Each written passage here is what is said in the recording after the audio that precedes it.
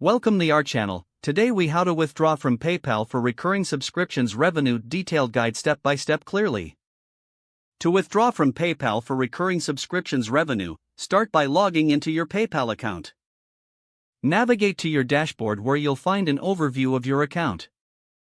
Look for the Reports section on the left sidebar. Click on Reports to access financial activity details. Choose Activity to view all transactions related to your account. Filter the transactions to show only recurring subscription revenue. To do this, use the search bar or filter options to specify the date range. Review the listed transactions to confirm that all your subscription payments have been received. Once you have confirmed your earnings, click on Wallet in the menu. In the Wallet section, you will see your PayPal balance displayed. To withdraw funds, locate and click on the Withdraw Funds option. Select the account you wish to transfer the money to, such as your bank account or debit card. Enter the amount you want to withdraw from your PayPal balance.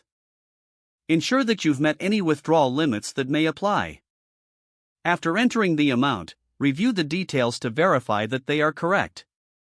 Click the Continue button to proceed with the withdrawal. Review the withdrawal summary on the next page for accuracy.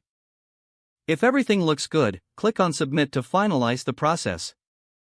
You will receive a confirmation notification once your withdrawal request is processed. Typically, it may take a few business days for the funds to appear in your chosen account.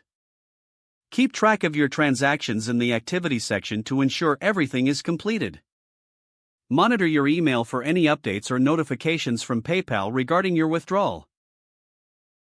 By following these steps, you can successfully. If the page does not load, refresh the browser or try again in a private or incognito window.